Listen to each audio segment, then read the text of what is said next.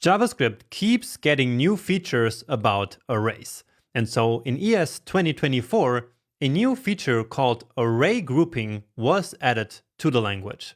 Now, array grouping is a very powerful feature, which, as the name says, allows us to group values in an array based on a condition. So that sounds a bit confusing, but let's make it simple in this lecture. Now, first, let's once again check out our movements so we can actually see what we're doing here. And so now let's actually group these different movements here by whether they are a deposit, so the positive values here, or a withdrawal. So we're going to create a variable here called grouped movements. And so now let's do the actual array grouping. Now, first of all, here we actually do not use a method, but instead we use this. So we write object.groupBy.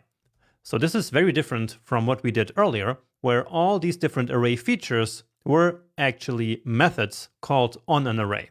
So here it's very important to keep in mind that we do array grouping by doing this object.groupBy. And so this now accepts two parameters. So it receives two arguments, where the first one is the array that we want to group. So that's the movements array. And then second, we need to pass in a callback function, which will determine how exactly we want to group the values in the array. So basically by what we want the elements to be grouped. And in order to explain this, it's actually a bit easier to first write the callback, and then based on the result, we will see how this actually works. So basically this is a callback like all the other ones, so which basically loops over the array. And so each of them is a movement. And so then here we can now create or group, basically. So we say that if the movement is greater than 0, this should belong to the deposits. And so here we return this string, and otherwise we return the withdrawals string. So give this a save, then log this to the console, and again, then this callback will actually make a bit more sense. So first of all, note that we actually get here an object as a result. And so that's why here it is called object.groupBy. And now this object that was created as the keys actually has exactly these keys that we created here. So essentially here we created the names of the groups which should be created in the object, and by which all the elements in the original array would be grouped. So again, let's go through the callback here, and keeping in mind that basically this will loop over the array, just like a map method or something like this. And so then here for each of these elements, it will return one of these two groups. So if the movement is greater than 0, the group it should belong to is the deposit group. And so then this 200 here will exactly be placed into the deposits group. The same for the 450, and then the next one is minus 400. And so then withdrawals, so this string, which is then the name of the group, will be returned. And so then the 400 will be placed in that group.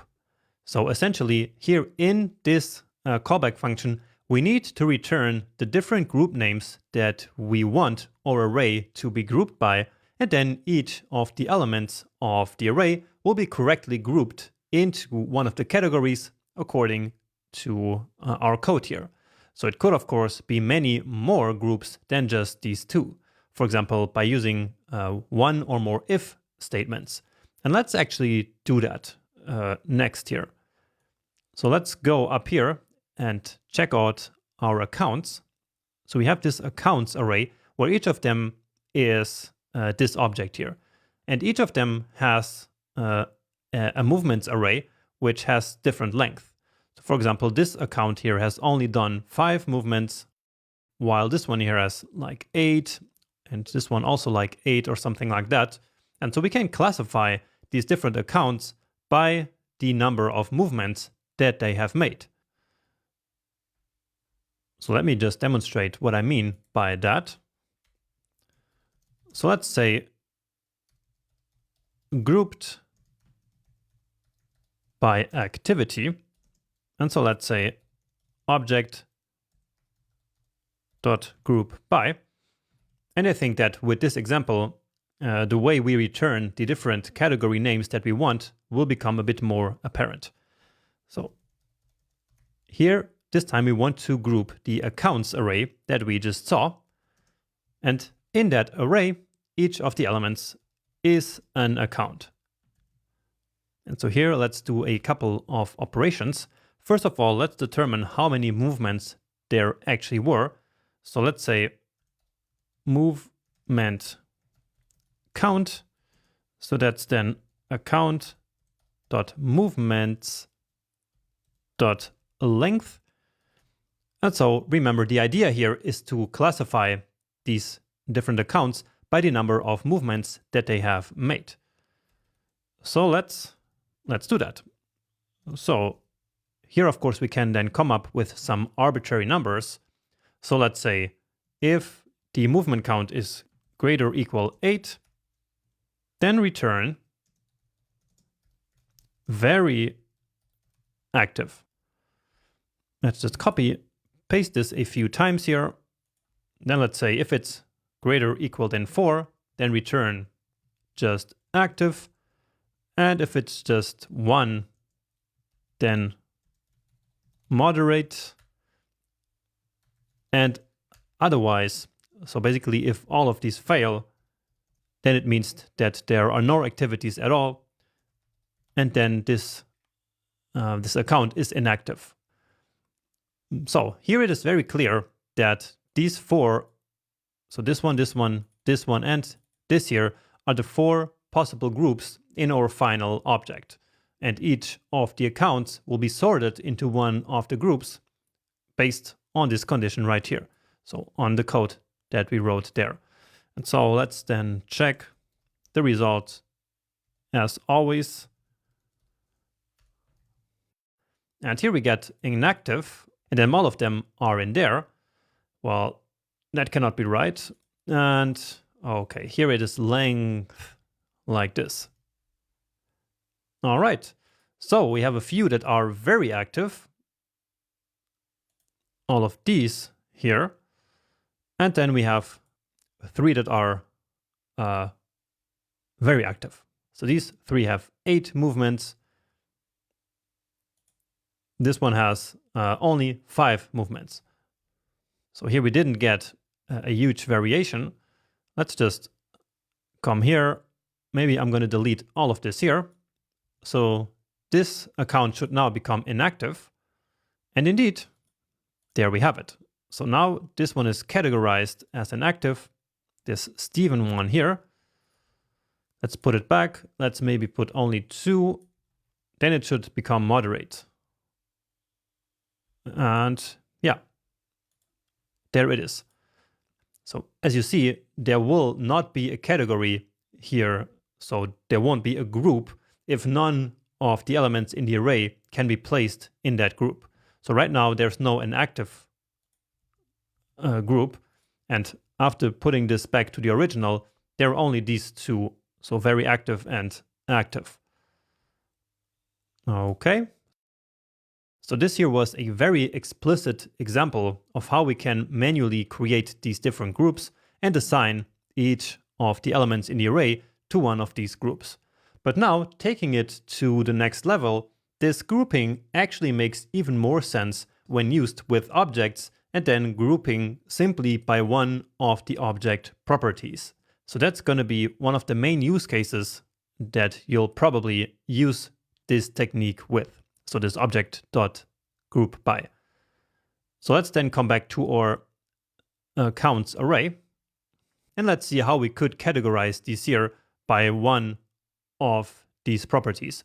Well, right now, none of them makes a lot of sense because, of course, we want to group these accounts by some property that is common to multiple accounts.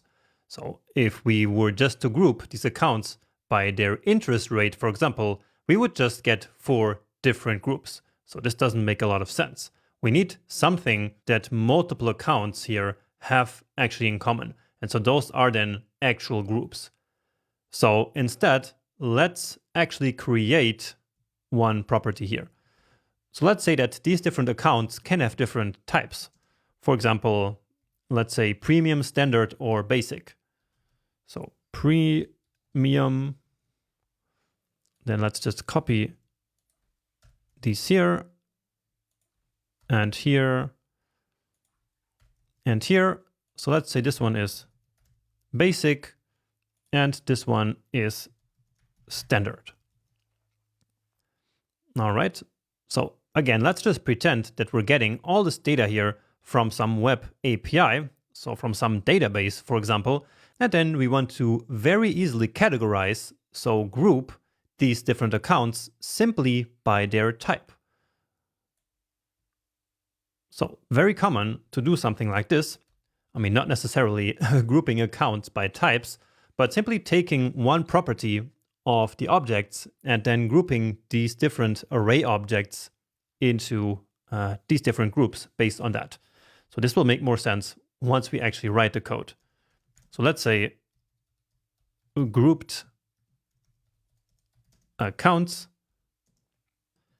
and then once again object dot group by, then the accounts again, and so then the callback function, and here each of them is an account, and we want to group by account dot type.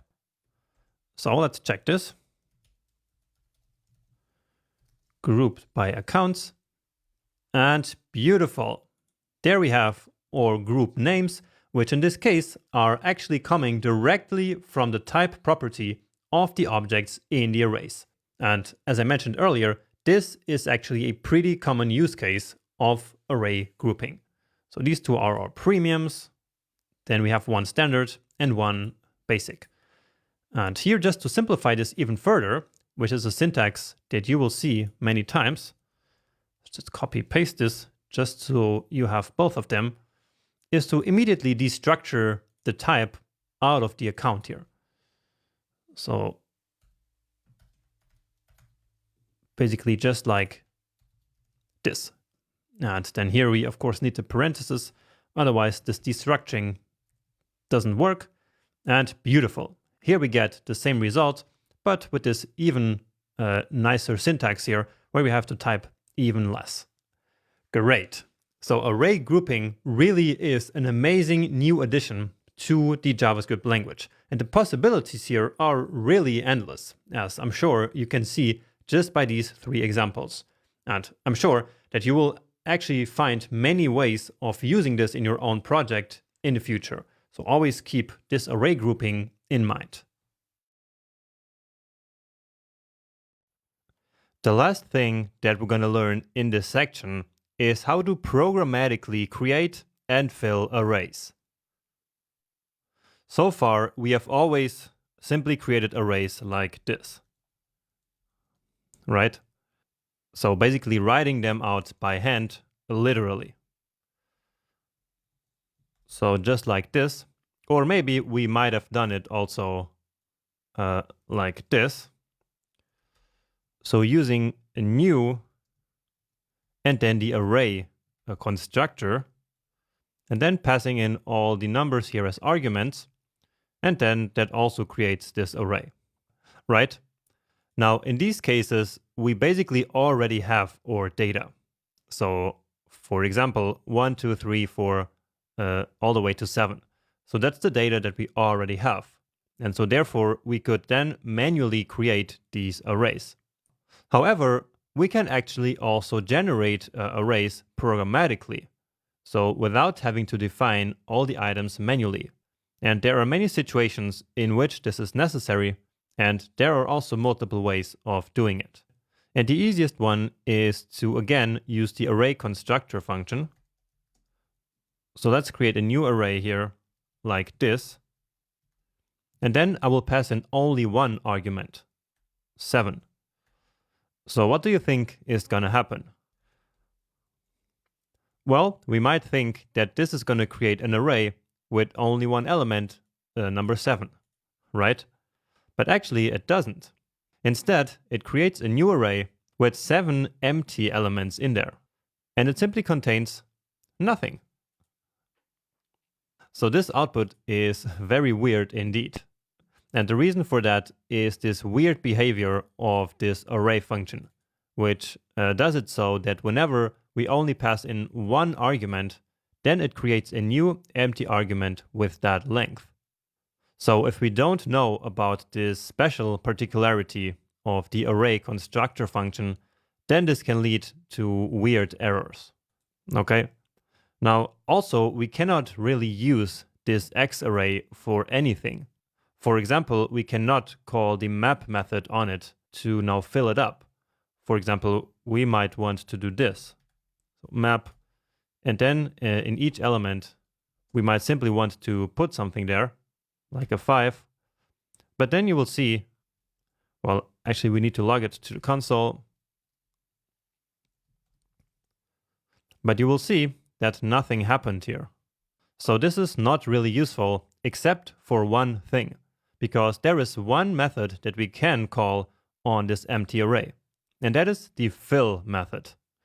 So that's a new method that we haven't studied yet, but it's very straightforward. So let me show it to you. So that's x.fill, and then all we need to do is to pass in a value, and it will then fill up the entire array with this specific value. Okay? And this does actually mutate the underlying array.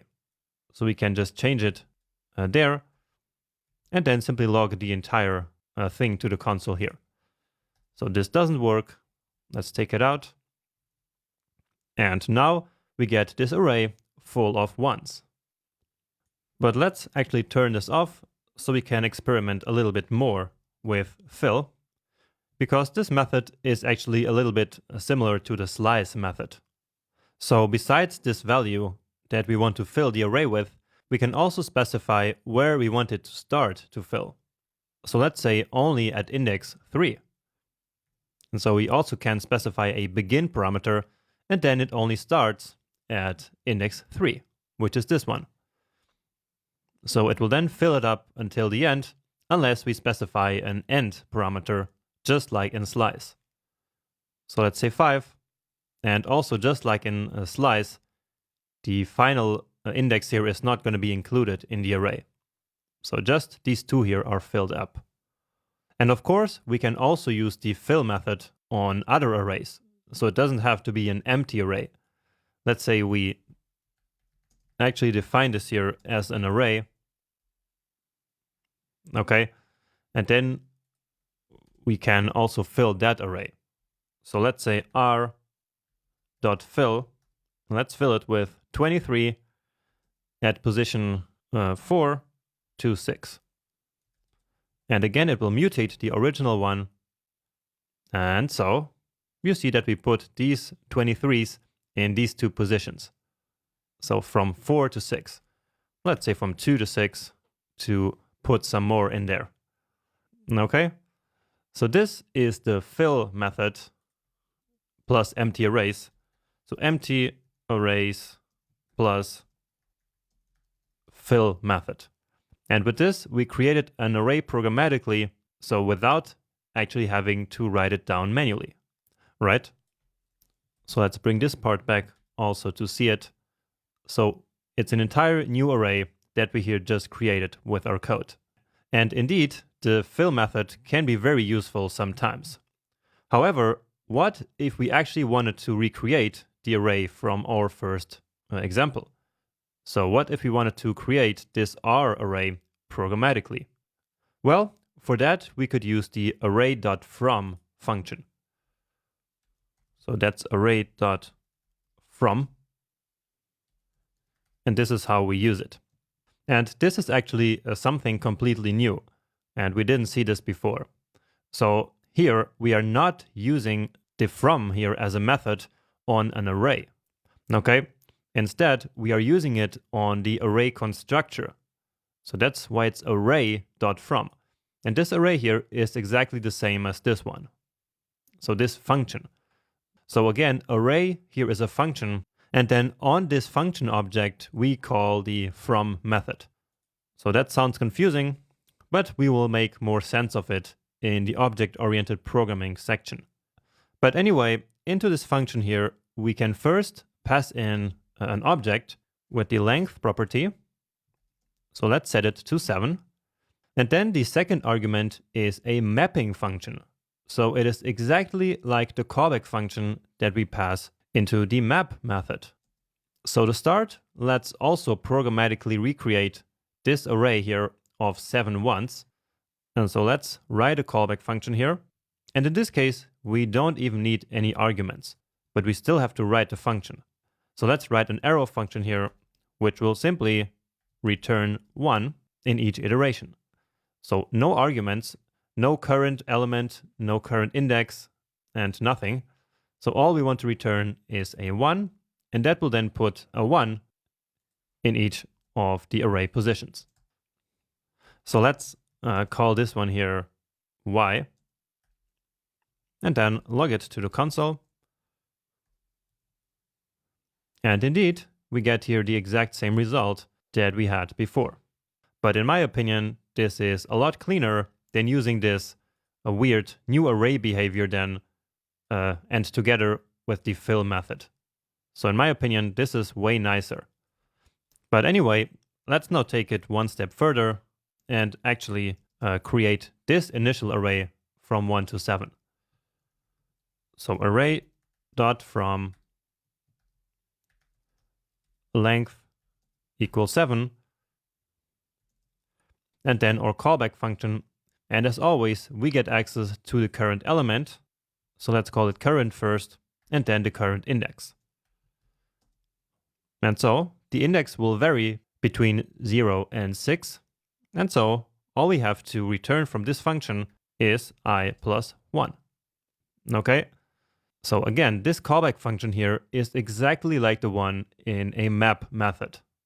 So you can simply imagine that you're using this as a callback function in calling the map method on an empty array. Okay? And so as always, we get access to the current element and the index. And so adding 1 to the index will then give us values from 1 to 7. So z meant yeah, here we go. Now remember how earlier I used a variable like this, so an underscore, which means a throwaway variable. And so this is another use case for using this convention, because we do not need this current value at all. But we still, of course, have to define something as the first parameter, because the index that we need is only the second parameter. But to denote that we are not using this current element, we simply write an underscore.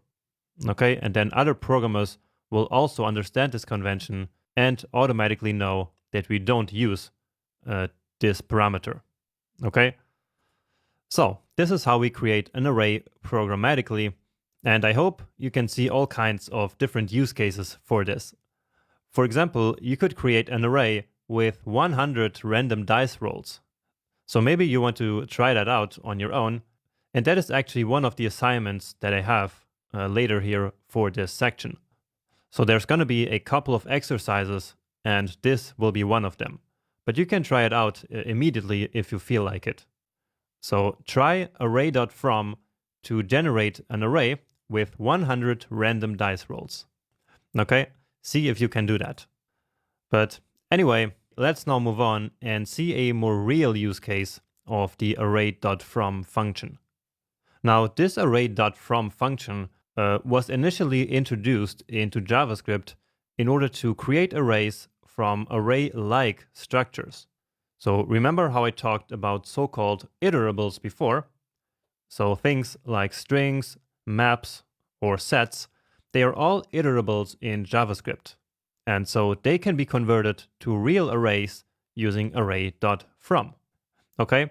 And that's the reason also for the name of the function, because we can create arrays from other things. All right?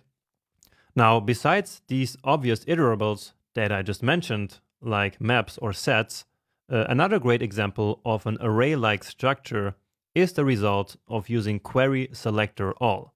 So maybe you remember that query selector all returns something called a node list, which is something like an array which contains all the selected elements. But it's not a real array, and so it doesn't have methods like map, for example. But it's not a real array, and so it doesn't have most of the array methods like map or reduce. So if we actually wanted to use a real array method like that on a node list, we would first need to convert the node list to an array. And for that, array.from is perfect. So let's do something here now. And let's say that we do not have the movements of our application here stored in an array. So let me show that real quick. So again, let's pretend that we only have these values, so all of these movements only stored here in the user interface, but we do not have them somewhere in our code. So we don't have an array containing these values. But now, let's say we want to calculate their sum. And so therefore, we need to somehow get them first from the user interface and then do the calculation based on that. So let's create a variable called movements UI. So the ones that we get from the user interface. So array.from, and now here the element that we want to convert to an array. And so that's going to be document.querySelector all, and then it is the movements value class. I'm going to show it to you in a second. So movements value. So in our HTML, we can see that exactly this is where the value itself is stored. And so that's what we want to get. So these numbers, right? And so we are selecting all of the elements that have this class. All right. So let's just start by checking it out. Movements UI. But now we only get 2 elements here. And so that's the one that by the time we load this script here are already in the user interface. So it's this and this one here. So not the 7 that are loaded from the account object. So it's not going to be these 7 here. Okay. So if we wanted to actually select exactly these elements, we would have to do this code here on some event handler. So let's do that actually. Let's simply perform this action when we click somewhere here. Let's say here on this balance label. So it doesn't matter where we click. So that is called the label balance. So we can attach event listeners to every object. Okay. It doesn't have to be a button. So I think we never did this actually. But let's see what happens now. So let's log in again here.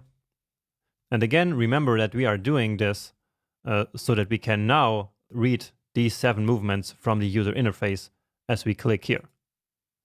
And indeed, now it worked. So now we get these 8 movements here. And you see that indeed it is these values that we see now on the screen.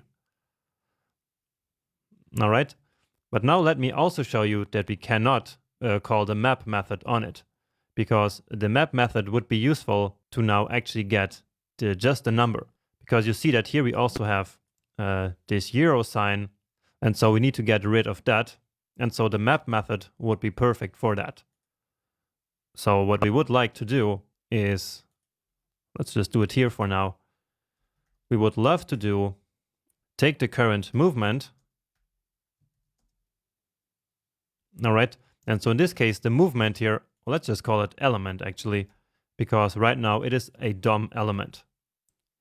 So we would take this movement, which is, remember, one of these elements here.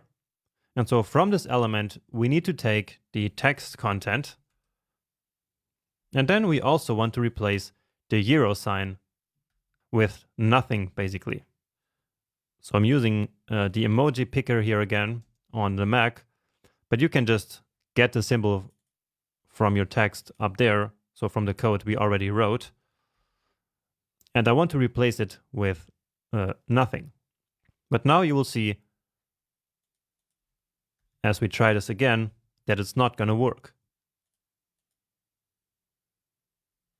And in fact, it does actually work. And that's because I was saying it wrong. Of course it's going to work, because this one here is already a real array at this point. So we created this movements UI using array.from, and so of course it is going to work already.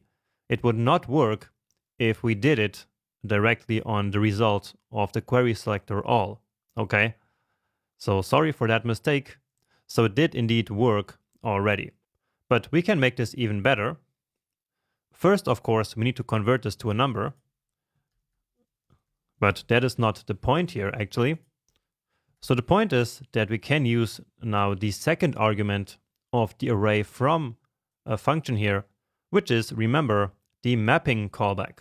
And so basically, we can simply put this entire callback right here as the second argument. Okay, and now this movements UI array is already the final array as we see it here. So let's just check that out and then make really clear what just happened here. So again, and as we click here, we get indeed all the numbers that we have here. So let's recap. We used array.from to create an array from the result of the query selector all, which is a node list, which is not really an array, but an array-like structure.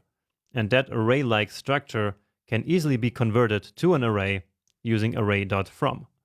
And then as a second step, we even included a mapping function, which then transforms that initial array to an array exactly as we want it.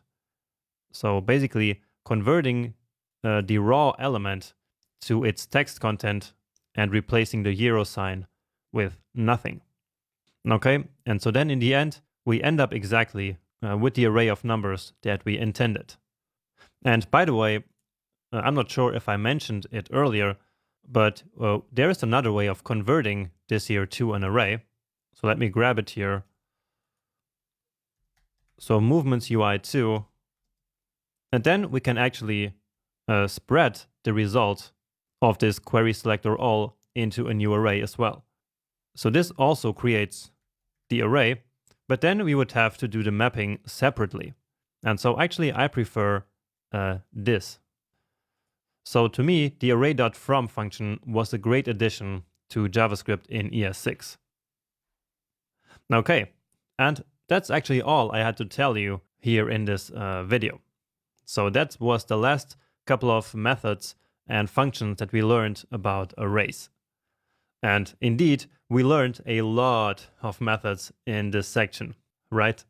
Now, keeping all of them in your mind to solve different tasks is, of course, a very hard thing to do. And so to make sense of all this mess, in the next video, I will help you decide which array method you should use in each situation to solve different problems. To finish this section, let's now go back to a few methods that we say are destructive, because these methods mutate the original array. And in particular, we're going to look at the methods reverse, sort, and splice, because all of these actually mutate the original underlying array. And so we're going to explore some more modern alternatives to these methods.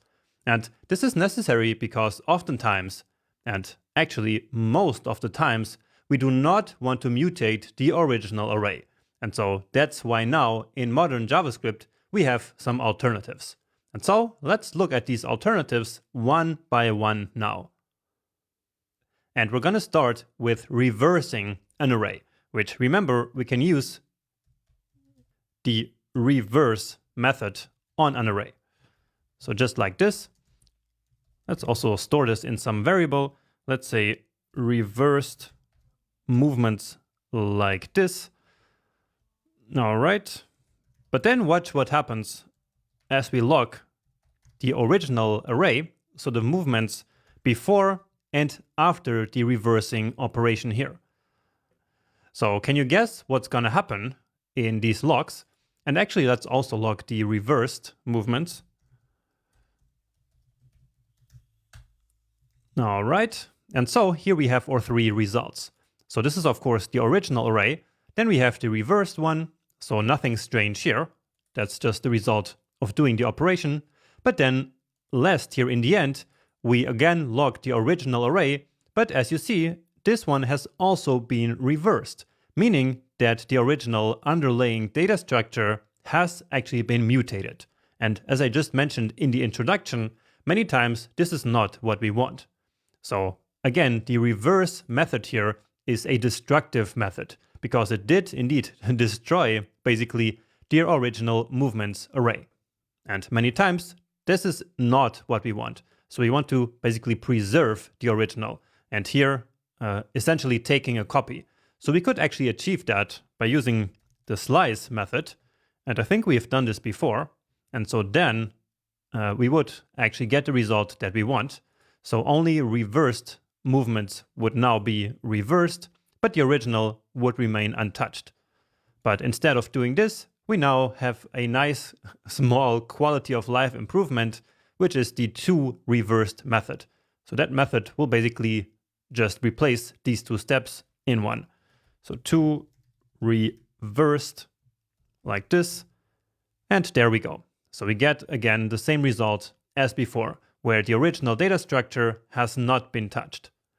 All right. Now we also have two other non-destructive versions, which are the toSorted method instead of sort. So the one that we actually talked about a moment ago. And then we also have toSpliced,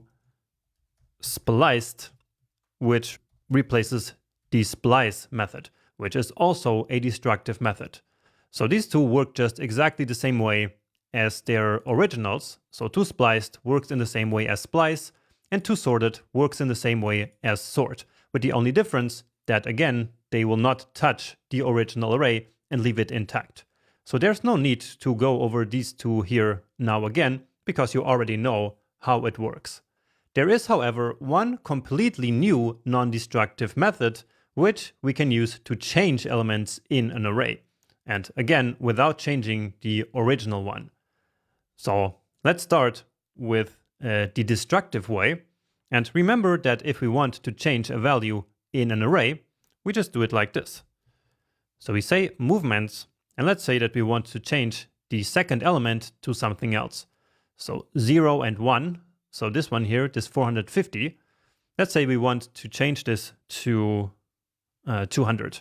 So at position 1 should become let's say 2000. So if we do this, let's move this one down here actually. So if we do this here, and then log the movements array to the console again, then indeed that array has been updated. And at this position number 1 here, now the value is 2000. So once again, we did mutate the original array. Now, if we do not want to do that, so if we want to keep the original intact, then we have now an alternative method of doing this. So instead of doing this, let's comment it out. We can create a brand new array. Let's call it new movements. And then we use the movements array. And then there we call the with method. So not copy within, but really like this. And so here, this receives two arguments where the first one is the index that we want to update in this new array. So that's again number 1. And then the new value is 2000. So basically this reads like we want the movements array, but with position number 1 updated to 2000. That's all. Let's log this to the console. So we get our new movements. And so this new movements will now get this new value of 2000 here at position 1, but then again, the original stays intact. So it hasn't been updated here in this position. It's still 450. So I have counted, and since the beginning of the course, we have learned a total of 30 different array methods. That's pretty incredible, but it makes sense because arrays are probably the most used data structure in JavaScript. We use arrays really all the time when we work with data in JavaScript, and so we need to be able to perform all kinds of operations with them. Now, the problem is that choosing between 30 different methods is not always easy, especially when you just started learning about them like you have. So, most likely in your mind right now, there is a big confusion between all these methods, and especially about when to use each of them. And so, to help you with that, I created this summary lecture with all 30 array methods, plus some other techniques to work with arrays that we've also learned throughout this section and some previous one. Now, I believe that the best way to figure out which method to use in each situation is by starting to ask the question, what do I actually want from this method? Do I want to mutate the original array, or do I want a new array based on the original one? Do I want an array index, or do I want to retrieve an entire array element? Or do I want to know if an array includes a certain element? Or maybe I just want to get a new string to transform the array to a new value, or simply loop over the array. And by asking these different questions, we can now categorize the methods and easily choose between them. So this is kind of a decision framework that I developed. And so let me go briefly through all of these different scenarios with you. First off, if we want to add an element to the original array, we can use push or unshift. And we already talked about all of these methods, so of course I will not explain them again. This is just a reference for you to keep. Now anyway, if we want to remove from the original, then we use either pop, shift, or splice. And finally, we also talked about these three other methods that mutate the original array as well, which are the reverse, sort, and fill methods. Okay, now keep in mind that with all these methods here, you have to be very careful because they do change the underlying array that you're working with. And that many times is not what we want. In fact, these methods should actually mostly be avoided these days, because JavaScript development is moving more and more into a direction of using a more functional, non-destructive approach, where instead of mutating the original data structures, we simply create new ones. And speaking of creating a new array based on the original array, the most straightforward method here is the map method. And this one we use all the time, as it loops over the original array and creates a new one with the same length of the original. So one very nice trick to decide whether we want to use the map method or not is to ask ourselves, should the new array have the exact same length as the old one? And if the answer is yes, then we probably need the map method. We can also create new arrays by filtering for a condition or by taking a slice of the original array. So basically just a piece of the original. If we want a new array where one of the items is different, so where it's replaced, we use the with method. We can also flatten the original array by using flat and flat map. Now, three very important of the mutating methods, which we also call destructive methods, are reverse, sort, and splice. But what if we do not want to change the original array? Well, then we can use the new toReversed, toSorted, and toSpliced methods, which will all return brand new arrays. Finally, we can also concatenate or join two arrays using the concat method. Alright, now next up, sometimes what we need is an array index. And for that, we have the index of, findIndex, and findLast index methods. Now the difference between them is that findIndex and findLastIndex can basically search for an element in the array based on a test condition that we can provide in the callback function. But besides that, they are pretty similar and both give us the index of a certain element in an array. Now, if we actually need the array element itself, again, based on a test condition, then we can use the find or findLast method.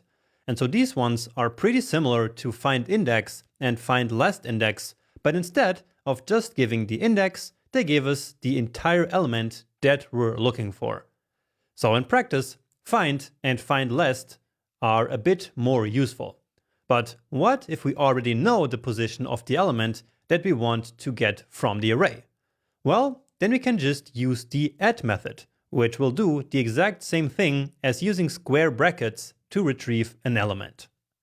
Next up, sometimes it's pretty helpful to know whether an array includes a certain element or not. And for that, we have includes, some, and every. So with includes, we can simply test whether an array contains a single value, while on the other hand, with some and every, we can specify a test condition based on a callback again. So the sum method is going to return true if at least one of the elements in the array satisfies the condition, and the every method only returns true if all of the elements satisfy the condition. So these three methods all return a Boolean value, which is very helpful in something like an if-else statement or a ternary operator. So that's where you many times will use one of these methods. Alright, next, sometimes all we want is to just transform an array into a string. And for that, we use the very simple join method. Or we might want to reduce the entire array to just one value, no matter if that's a string or any other type. And as we already know, for that we use the reduce method. So in the reduce method, we use an accumulator, which we can think of as like a snowball which accumulates all the values of an entire array into just one single value. And that value can actually be of any type. So it can be a number, string, Boolean, or even a new array or a new object. All right? And so in fact, we could actually replace most of these methods that we have here with a reduce. But we don't do that because it's a lot more work to do so. But in theory, we could just use a reduce. For example, for an includes, or really most of the other methods that we have here. Now, finally, if all we want to do is to just loop over an array without producing any new value, we use the forEach method. So remember, this one does not create a new array. And in fact, it doesn't create any new value at all. All we do in the forEach method is to basically just do some work, but not produce a new value. All right, and that's it. That's an overview of all the 30 array methods that we talked about. And it might be a good idea to somehow keep this overview handy. For example, you can print it out on a paper or just store it somewhere on your computer. But we're actually not done with this video yet, because I also want to briefly summarize the additional array tools and techniques that we learned throughout this section and a previous one, but which aren't exactly array methods.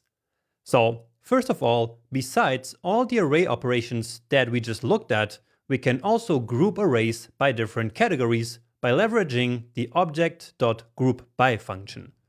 So again, this isn't technically an array method, which is why it's on this separate slide for array tools. Now, if we want to create a new array from scratch, we have two options. First, we can use the array.from function, where we pass in the desired length and a map callback to fill up the new array, as we learned in one of the previous videos. And this is the preferred way of creating a new array from scratch. But we can also use the array constructor with new array and pass in the number of empty elements that this array should have. We can then, remember, fill up this empty array using the fill method. Now, in an earlier section, we learned that besides the concat method, we can also use the spread operator like this in order to join two or more arrays into a brand new one. Now, if we want to get all the unique values of an array, we can place them into a new set, just like this, and then again spread the result into a brand new array. And now finally, here comes the most complex technique of all. So if we want to find all elements that are present in two arrays, then we can again convert them into sets, use the intersection method on the set, and then spread the result into a brand new array once again. So these are just a few more ways to work with arrays that you should always keep in mind. Okay, and with this, we're finally done with this summary lecture. Even though it's a summary, it still runs pretty long. So now all that's left to do in this section is to complete the final coding challenge. And so let's do that next. Now, before we go to that coding challenge that I just promised you, let's actually practice these array methods a little bit more. And again, that's because I had many people actually request yet another practice lecture of these array methods. And so you asked for it, and so here goes that lecture. So again, here you can already see the next coding challenge, but let's for now focus a bit more on some array exercises. And of course, we're going to continue working on our accounts examples. And the first exercise I want to do here is actually a very simple one, in which all we want to do is to calculate how much has been deposited in total in the bank. So in all the accounts across the bank. So let's call that bank deposit sum. And so, as always, let's take our accounts variable, which is that array which contains all the four bank account objects.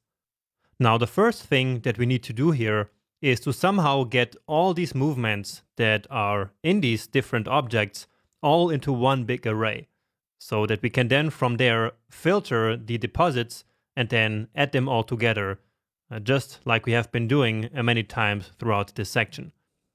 So let's use the map method here, because we basically want to create a new array out of the accounts array. But now we want to create an array which only has all the movements. And so, as you know already, whenever we want a new array with the same length as the previous one or as the original one, then we use map. And our callback function here, again, each account is called like this. And then all we want to take out is account dot movements.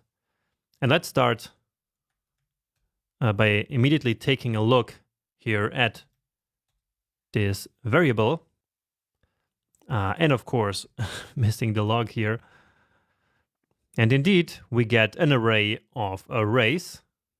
And here are all the different movements. Now, how do we get all of these values out of the arrays and into the main arrays? So whenever we have an array of arrays, how can we basically remove all the values into the parent array? Well, remember that for that, we can use the flat method. So just like this. And now indeed, we got a big array with all of the movements that we had previously. However, I hope that you remember that we can even simplify this here even further. So this map and flat, because as it turns out, it's very common that we want to do these two operations at the same time. And so that's the case here. And so instead of map, we can simply use flat map like this. So that will apply or map callback function and then flatten the result. And so you will see here that the result looks exactly the same. And now all we need to do is to filter for the deposits. So basically for the positive values. And so this is nothing new at this point, and the same for now adding them all together. So we have done that many times before. So let's just write it out here as we already know how it works. And here we go. So the result is 25,180. And let's say that they are all in the same currency. So all dollars or all euros. So this part here was the same as we had done before. The only trick was really this part here. So getting all the different movements array out of the accounts array and then putting them in one flat array so that we could then filter and add them all together. Let me just add here a number. So that was exercise number 1. And now in exercise number 2, I want to count how many deposits there have been in the bank with at least $1,000. So let's call this here num deposits 1,000. And there are actually 2 ways of doing this. So I will start with the way that is probably easier, but then after that, I will actually save the same problem using the reduce method.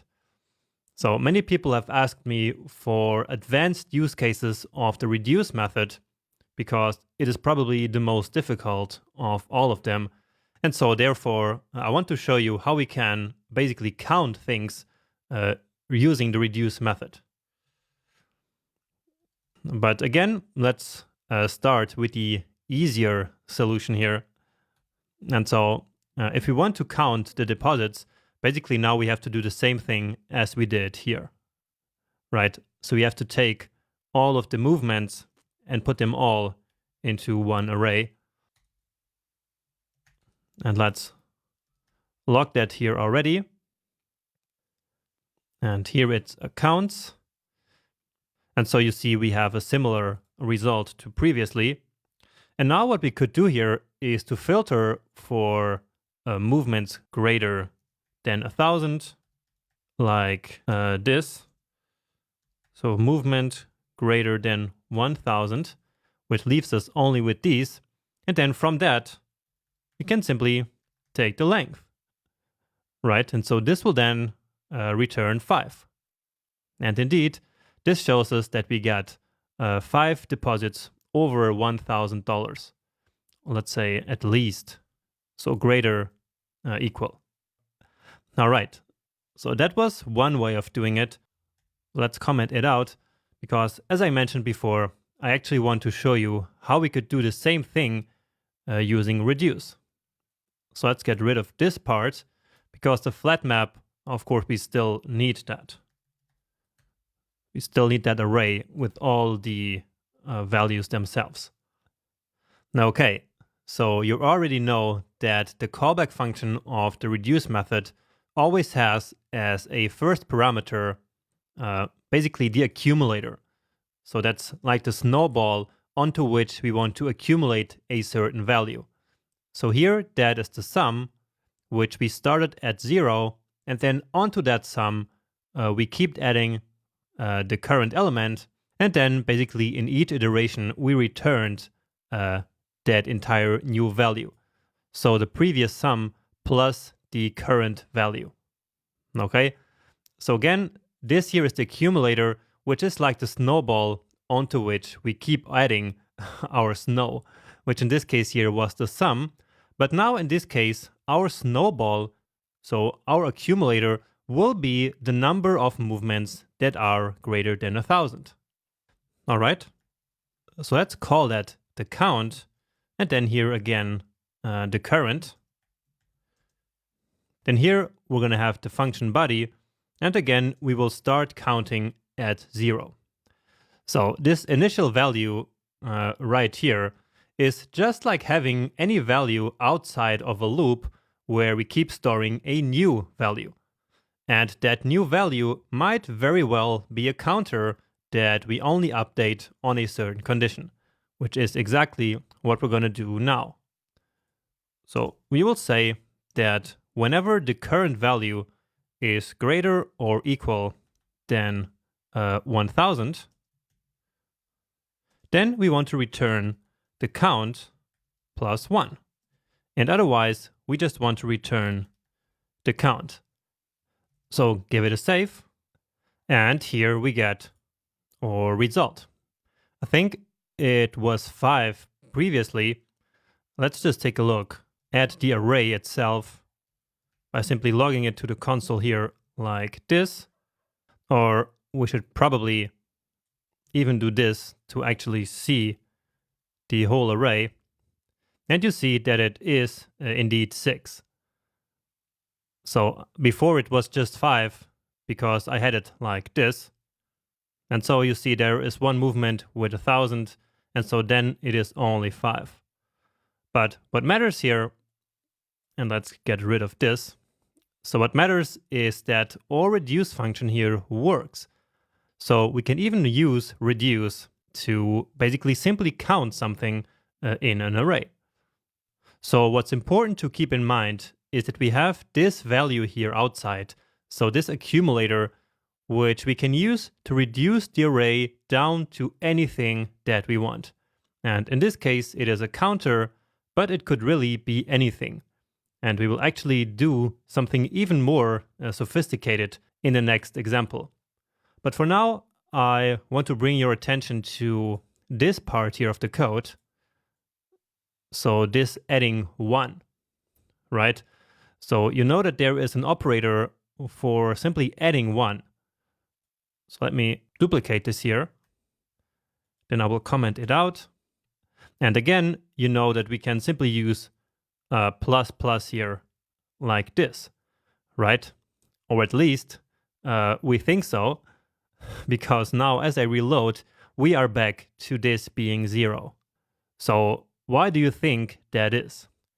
Well, there is actually something that I didn't tell you about the plus plus operator.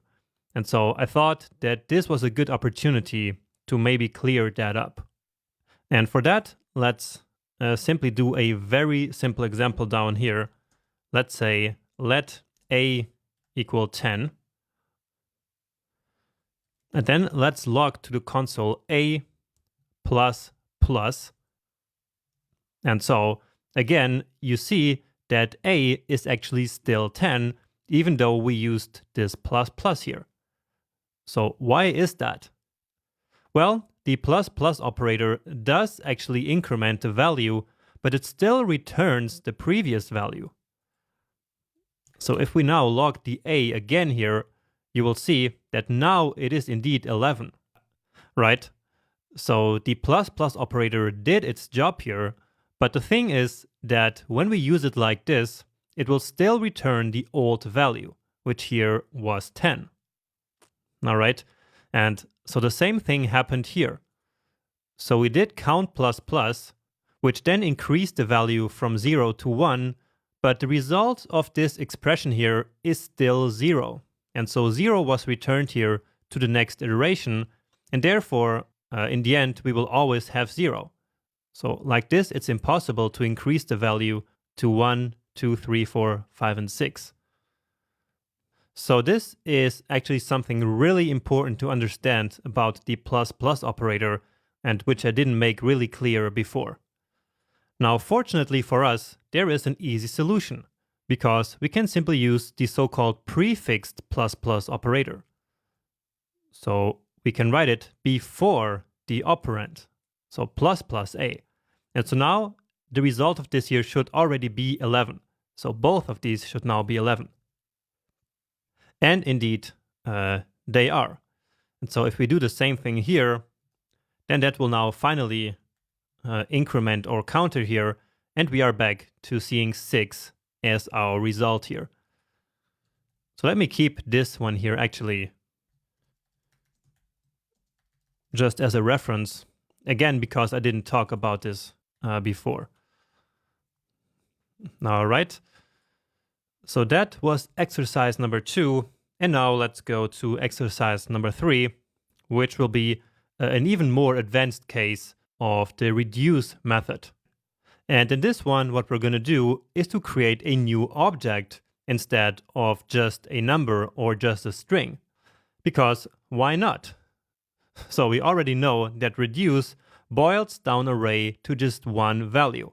And so that value might very well be an object. It could even be a new array as well.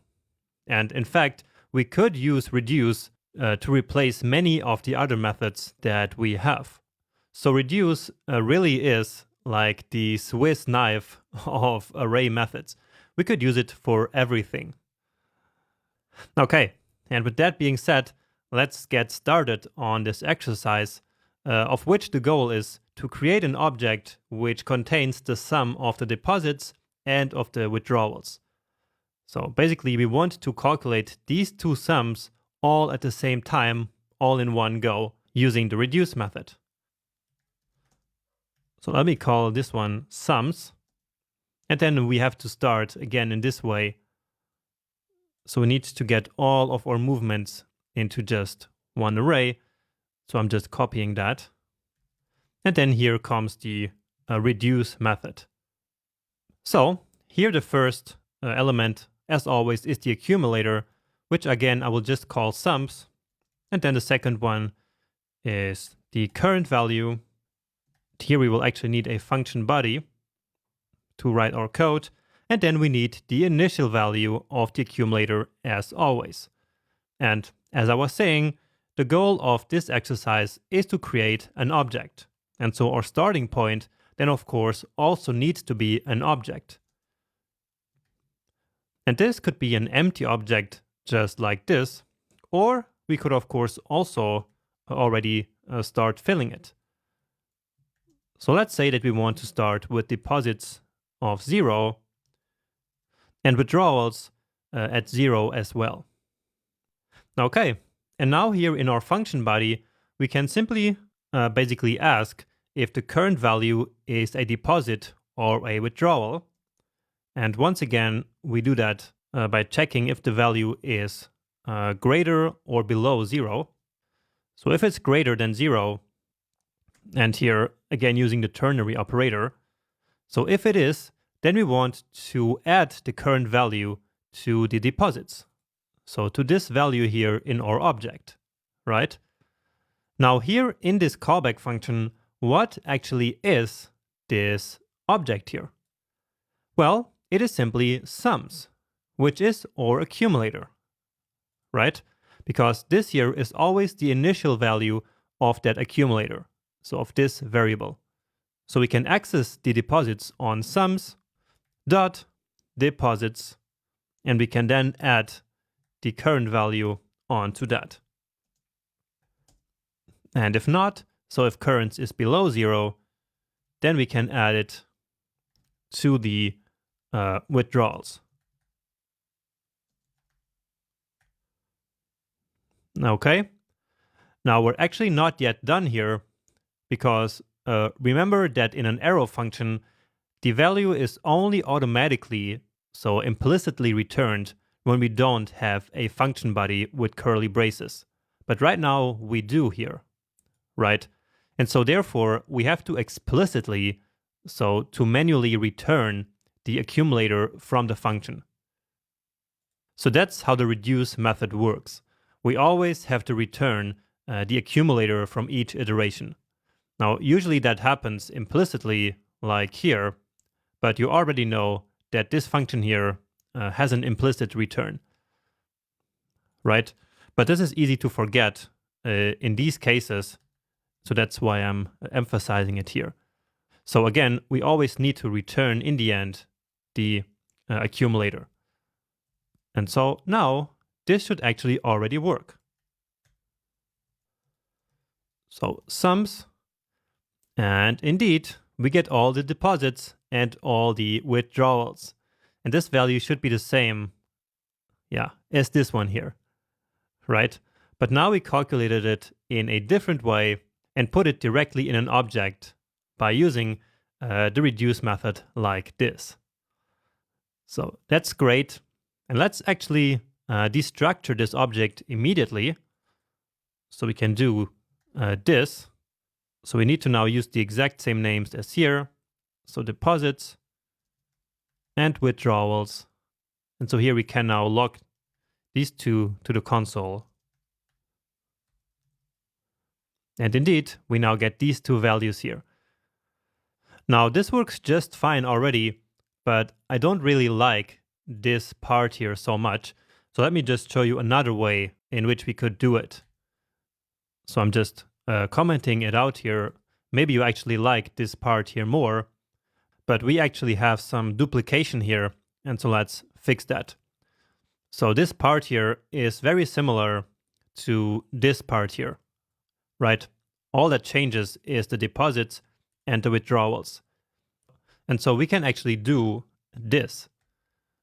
So here we can now conditionally say that we want to select either deposits or withdrawals based on this condition, right? So using here the brackets notation instead of the dot notation. So in this case, we will want to get the deposits and otherwise the withdrawals.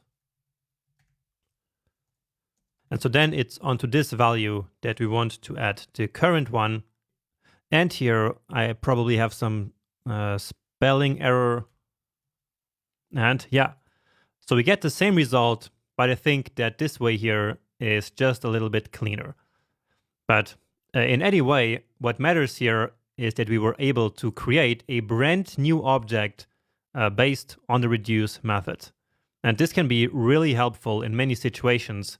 And so please take some time to review this exercise, because this was really a great use case on how to use something other than a primitive value as the accumulator of the reduce method.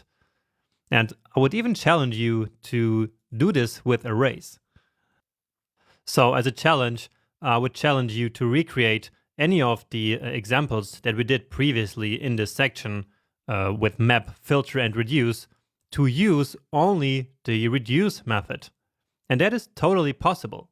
And so, yeah, you can try that out. You don't have to, and I will certainly not do that now.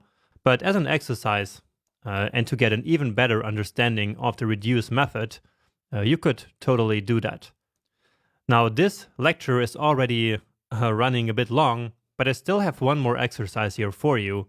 So let's quickly do that.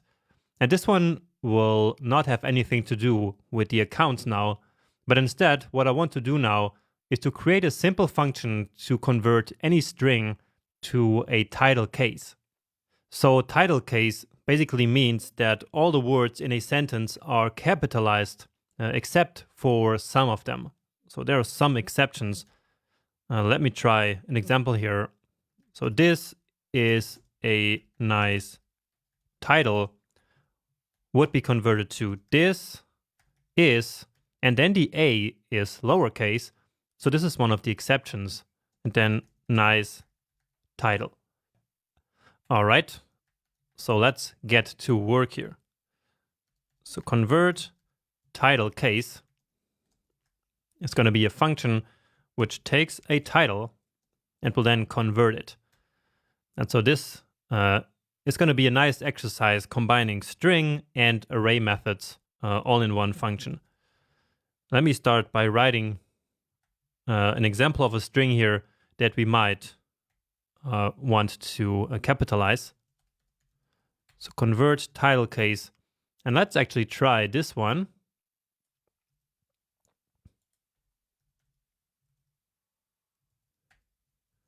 And let's also try some more. This is a long title, but not too long. So just to see what happens here, and also just to put some of the different exception words in there. And is another title with an example. Like this. And so now we can worry about writing our function here.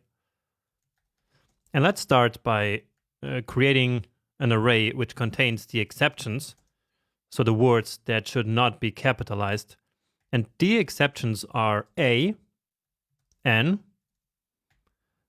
the, but, or on, in, and with. And there might be some other exceptions here, but this is just an example. You can always search for title case on Google and see the exact rules if you want to make sure that this really works. All right. And by the way, it is a bit of a common pattern to create an array of exceptions and then use that for some computation further down the road. I've done this myself many times, and so keep this technique in mind. But now let's go on to the actual conversion. So let's call it title case. And so, of course, we must work on this title argument that comes in. And so what should we start by doing? Well, first of all, let's do something that we should many times do with our input strings, as I mentioned before, which is to convert them all to lowercase. And this is especially important in this case because we are now working with capitalization. So we will capitalize some of the words, and so they should, of course, all be lowercase to start with. So that's then going to affect like this or this word here. Then we need to capitalize each word here individually, of course. And so we need to be able to work individually on each of the words. And so whenever that is the case, we need an array, right? So we need to split this string into an array so that these words, which are separated by spaces, each of them are going to be one of the elements of the array. So split, and then by the empty string. And then by the space character. And this is, of course, far from being done, but let's nonetheless already return this just to see if it works. Okay, so this is exactly what we just did.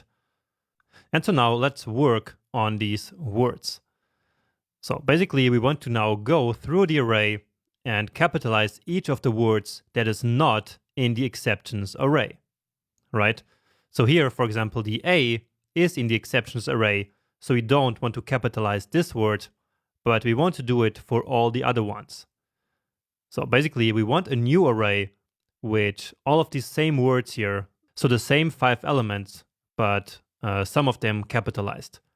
And so again, whenever we want a new array of the same size as before, we use map. And so now finally our old friend map comes into play again.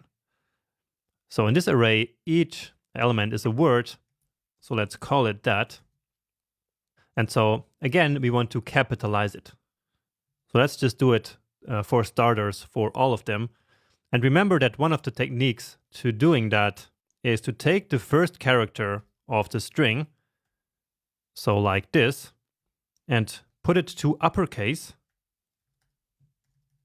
like this, and then we simply add the rest of the string to it. Remember? So we did that previously. And so the rest of the string is basically taking everything starting at position number 1.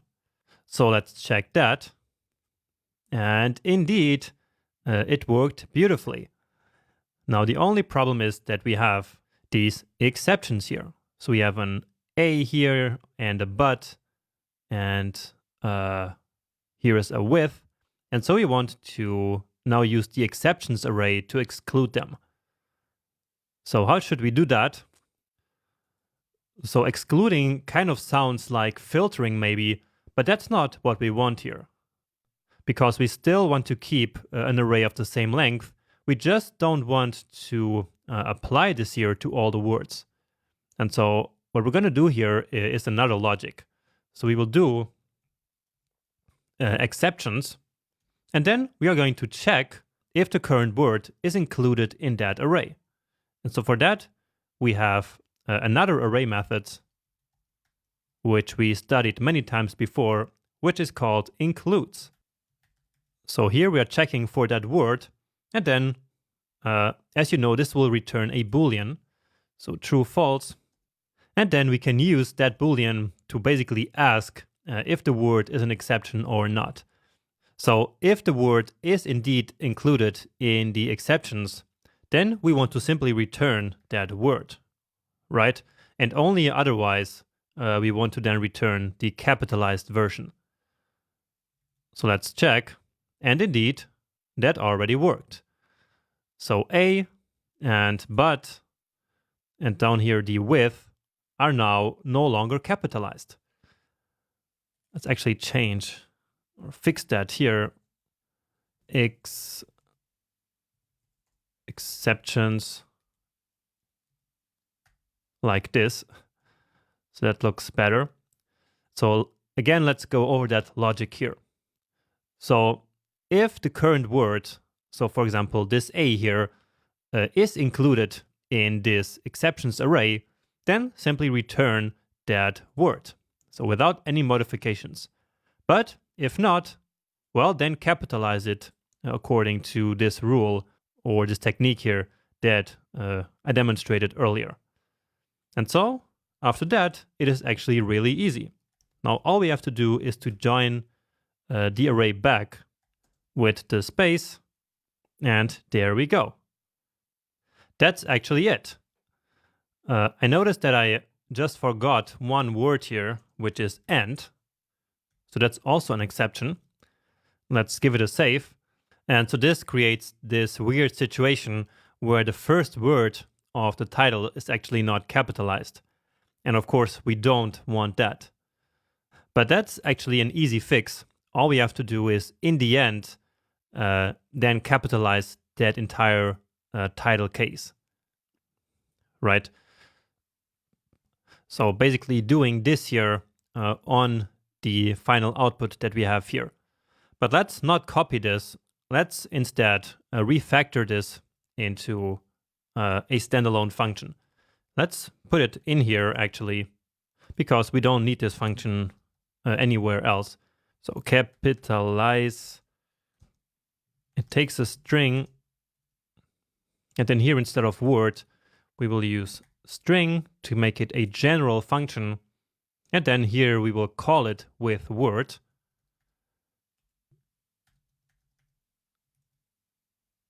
Right, so everything works the same.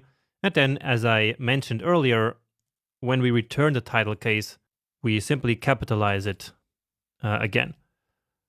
So just to make sure that a situation like this here does not happen. So title case, and here we go. Problem solved. Nice. So I hope that these were 4 nice examples for you to practice these array methods even more, so that you are now ready finally for the final coding challenge of this section. So let's go there right now. Just like in other sections, let's finish this one with a bigger challenge, so that you can bring together everything that you've learned about arrays throughout this section. And as you're about to see, this is probably the biggest challenge in the course so far.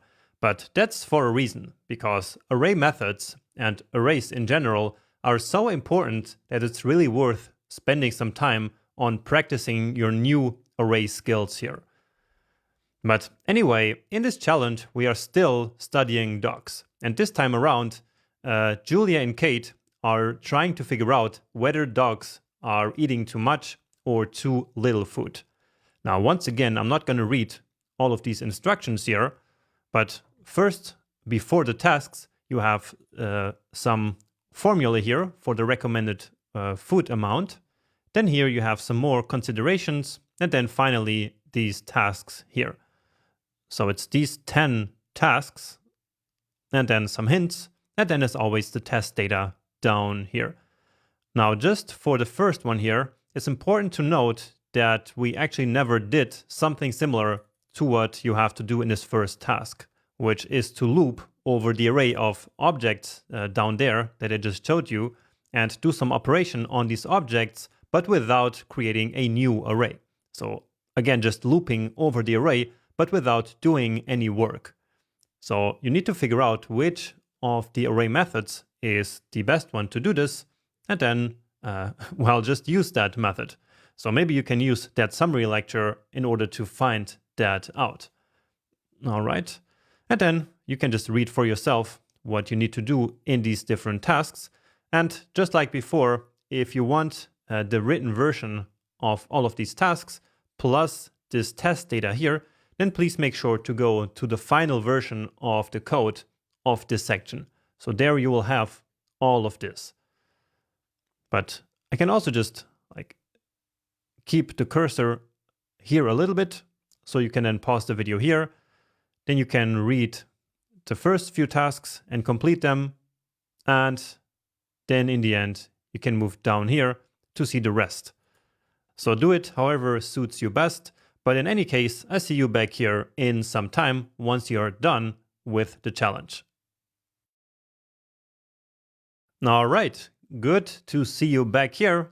And so let's get to work solving these tasks here one by one. So number one was to loop over the array of the doc objects, and then for each of them actually calculate the recommended portion using that formula in the beginning. But remember, we need to do this without creating a new array, but instead just performing some work on the docs array. And so for this, all we need to do is to use the for each method. So let's grab this test data and paste that down here. And so basically what we're going to do is to just loop over this docs array using the for each method, and then mutate this array, adding the recommended food to each of these items here directly into this array. So again, without creating a new one. So here, each element is a doc. And so here comes the special part. Now we want to take this object, so each doc is indeed one object like this, and then we just want to add a new property to it. So this is basically the trick to solve this task number one. So basically just grabbing the current object, then adding a property called rec food, and then we just need to calculate that value. So let's do doc.weight, and then to the power of 0.75, and then multiply the whole thing by 28. All right, let's see what we got. So we just log to the console, again, our original docs array, and then on there, each of them should now have this new value. And beautiful, there it is. Let's just round this number here. Let's maybe round it down. So math.floor, and that looks a bit nicer and cleaner. Okay, now task number two is to search or to find the dog that belongs to Sarah, and then log to the console whether this dog is eating too much or too little. Now the tricky part here is that the owner is not simply a string, but instead it is this array of owners. So basically we want to now find this dog object right here, because this one is the one where the owners include Sarah. Actually, in the previous challenge, we did something similar, so maybe you still remember how to do that. So let's create a variable called dog Sarah, or you could call it Sarah's dog also. And so that's dogs.find. And then we want the dog where dog.owners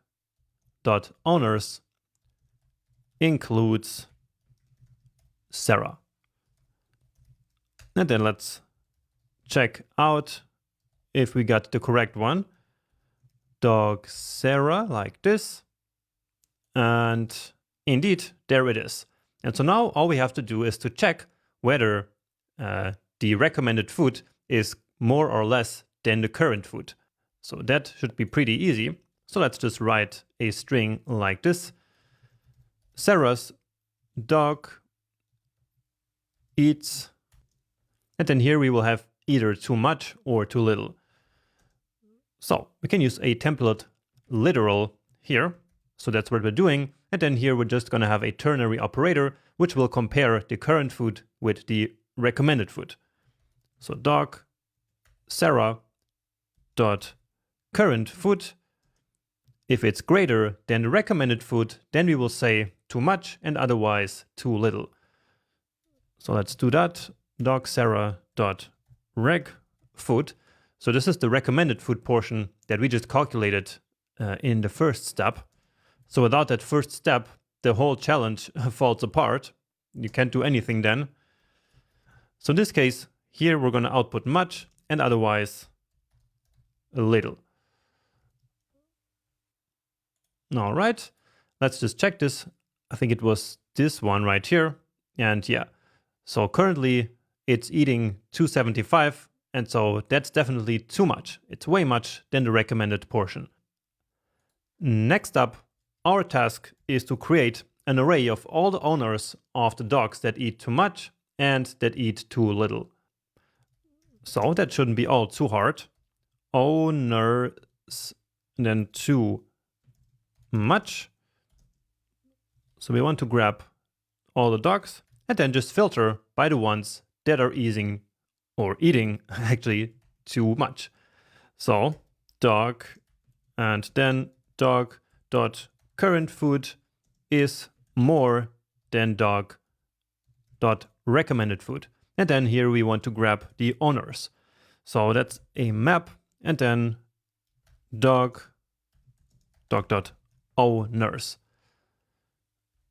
So console dot log owners too much. And okay, that's looking good already. But what we want is just one array with all of these owners. So not an array of arrays. And so for that, we can use the flat method, or we can just use flat map to do it all in one go. So flat map, and this will give us the correct answer. Beautiful. And now just the same thing with the ones that are eating too little. So just duplicating the whole thing. Here we just need to invert the sign and then too little. And there we go. And to make this output here look a little bit nicer, we have our task 4, where the only goal is to log to the console a nice string.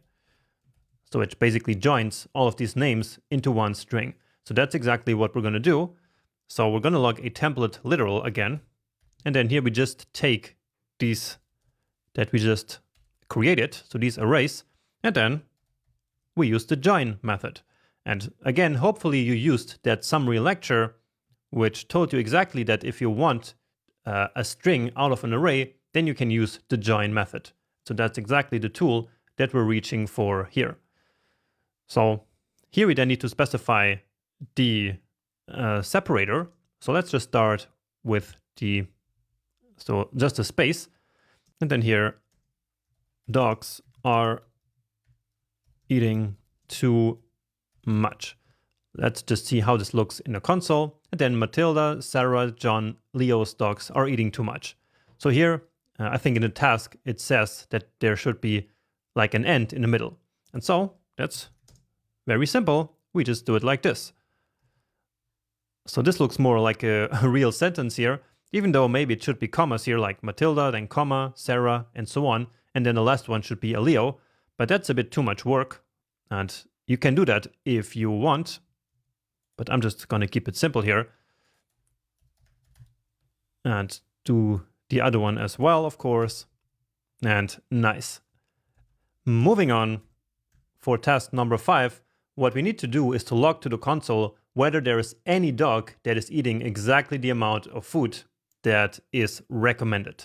So, as I mentioned earlier, whenever you see this word any, so when what you need to do somehow includes the part any, so you want to just find any occurrence for which a certain condition is true, then you probably need the sum method. So all we want to do is to log a true or false. So let's not even create a variable here. We just log it, or we just create that code right here inside the log. So we just take our dogs, and then as I just mentioned, we just use the sum method. And I explained many times already how it works, so I'm not going to go deep into it here again. So just need to specify now a boolean here, so a condition. And so here we're looking at the dog, the current food portion, and then we want to check whether it is equal, so exactly equal to the recommended amount. And so if there is only one of the dogs for which this is true, then the whole thing will become true. So the result of the sum method will then be true. So in a way, this is like a big OR operator for all the elements in the array. So dog.recommended food, and then let's see. And true. So let's just manually verify that.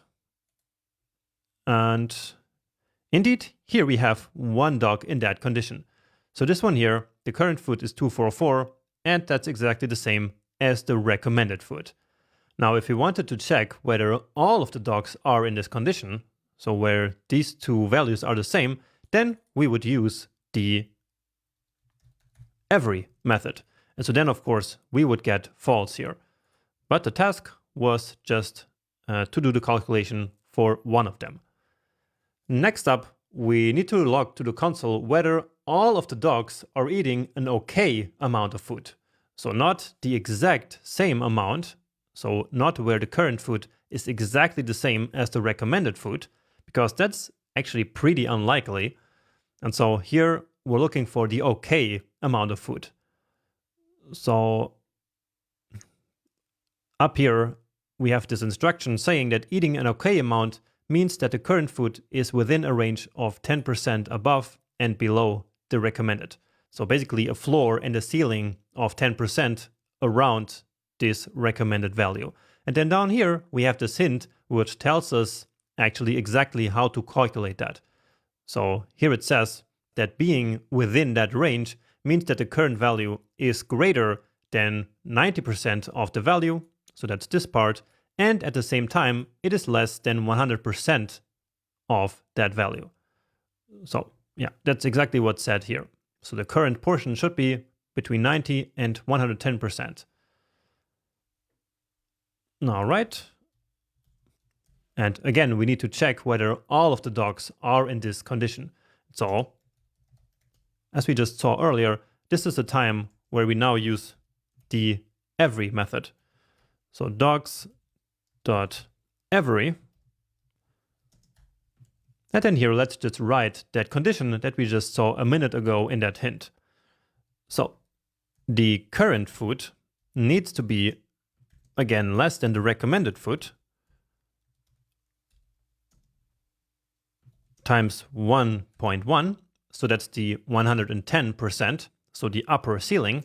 And at the same time, it needs to be still greater than 90% of the recommended food, because otherwise this dog is really eating way too little. So dog.current food needs to be greater than the recommended food. And then times 90%. All right, and here we get our result. And so this means that not all of the dogs are within this safe region. So they're not all eating an okay amount of food. Some are eating way too much, and probably some are eating way too less. Now in the next step, we will actually find out exactly which ones are okay, because step number 7 is for creating an array that will contain all the dogs that are actually eating an okay amount of food. Now, in order to calculate this using a filter method, we actually need this exact same condition. So this exact same callback function right here. So it doesn't make sense to just copy paste it, but instead we should create a separate function for this. So let's do that. Let's use a simple arrow function here, because this is just a one-liner. So let's call this one check eating okay. And so that's then this function here. And then we can just very easily plug that in here, and we will get the exact same result.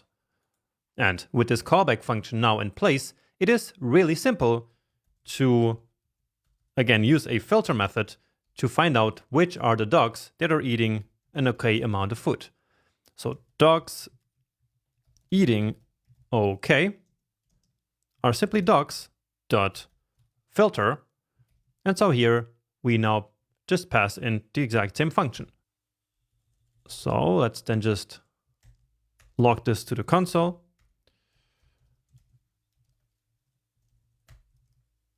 And there we go. So it's these two dogs right here. So of course, the one where the current food is the same to the recommended one, but then also this one where this dog is eating a little bit too little, but it's still within that safe margin. All right. And let's keep moving because we're still not done. There are still 3 more tasks to go, but this is really fun, I think. So next up, we move on into grouping. So now we're going to group all our dogs into 3 groups. And these groups are exact, too much, or too little, depending on whether this particular dog is eating too much or too little, or the exact amount of food that is recommended. So let's create a variable dogs grouped by portion. And then, as we learned earlier, to perform this grouping, we use object.groupBy. And so then here we specify that callback function from which we can basically return the different groups that we want to create in that output object. So the array that we want to group is, of course, the dogs array. And then as the second argument, we pass in a callback function, which essentially will also loop over the dogs. And then each of the elements is, as always, called a dog. And then from here, we can return into which group this particular dog should belong. So once again, we're going to compare the current food with the recommended food. So let's say dog.current food, if it is more than the recommended food, then here let's just return, and here we have a typo, then we return the string of too much. Else if, and so now the opposite case, so where the current food is less than the recommended one, then we return too little, and finally, in the final case, so if both of these are false, then that means that they are actually eating the exact same amount. So where recommended and current are the same. So return this one, and with this, we are actually done. So remember that this is how grouping works. We basically loop over the inputted array here, and then we determine for each of the elements in the array which group should be returned. So into which group the current object should be returned. So into which group the current object or the current array element should be grouped into. So that's why here we just return these 3 strings. And so it is these strings that will become the groups in the output object. So that's what we're going to check now. So dogs grouped by portion, and beautiful. So we have exact, which is that one with 244, right? And then we have these 2. So checking if it's correct. And indeed, these 2 values are less than the recommended. And here they are more than the recommended. So everything is correct. And we are ready to move on to the next step, which is some more grouping. So in this case, what we want to do is to group the dogs by the number of owners that they have. So this is an interesting one. And so let's get to work. So dogs grouped, and this time by owners.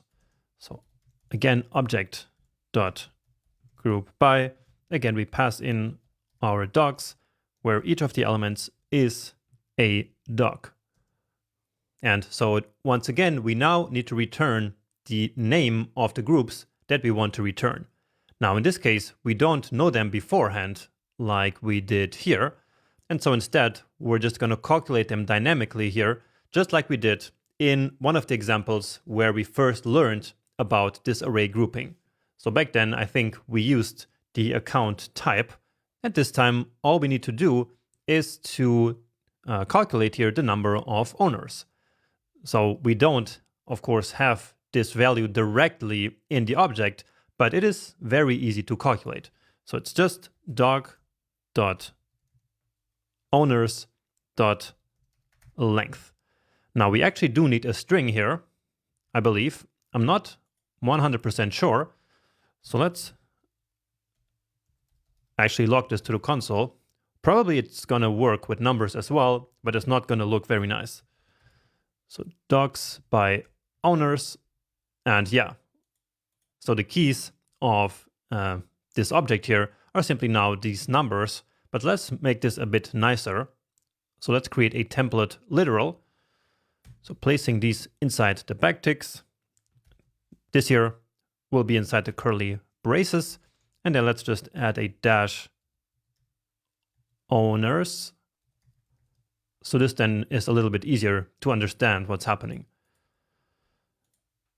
So we have these three here, which is one owners. And so, yeah, that's correct. So these arrays only have one element. Then here, these have two elements. And this one apparently has three. So three owners in this case. Nice. So really, the possibilities with this array grouping feature are endless. There are just so many things you can do with your array data structures, so many ways of grouping them, and it is really helpful in all kinds of applications. But anyway, now we get to task number 10, which is the last one. And so here what we need to do is to sort the dogs array by the recommended food portion in an ascending order. And we need to do so without mutating the original dogs array. So this time we want to not touch that, but instead create a copy. So let's create a new variable for that. So dogs sorted.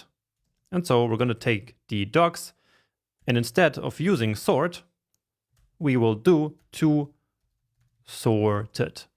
And now into this method, we need to pass in the compare function that the sort algorithm is going to use to determine the sort order. So this compare function always takes two elements, which usually we call A and B. And then from this function, we need to return a value which will determine whether A will be before or after B in the sorted array. So we already talked about this before, but just to recap, if we return a negative value, then A will appear before B. But if we return a positive value, then A will appear after B. And if we just return 0, then nothing really happens. So they will stay in the same place.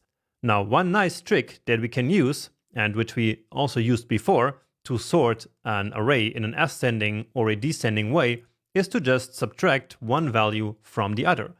So let's just do a.recommended food, because those are the values that we are sorting by, and then minus b.recommended food. So for example, if this value here is 100 and this one here is 200, then the result of this whole operation here will be minus 100. And so this negative value will mean that A will indeed appear before B. And so then by the end of this, as a result, this subtraction-based compare function will always cause that the smaller values will appear at the beginning of the array, which is exactly the ascending order that we are looking for. So let's see if this works by logging to the console. Dogs sorted like this. And beautiful, that worked. So this is the smallest one, so it appears first. And yeah, the values go in an ascending order. And of course, if we wanted a descending order, we would just have to switch A and B here. So using that example before, so where this value is, so where b.recommended food is 200 and the other one is 100, then the result here would be 100, which is indeed a positive value, meaning that A should appear after B. And so in this case, bigger values will naturally basically get to the beginning of the array, so of the new sorted array. And so in this case, what we got is exactly this. So now we are in a descending order. So this is a bit tricky to understand, and it's not really that important. What matters is that usually we always use this subtraction-based comparison as we did here. So just keep in mind this kind of trick, and then you can always play around with it in order to get the result that you're looking for. All right, and I think that's it for this challenge. Let's just check. And indeed, number 10 was the last one.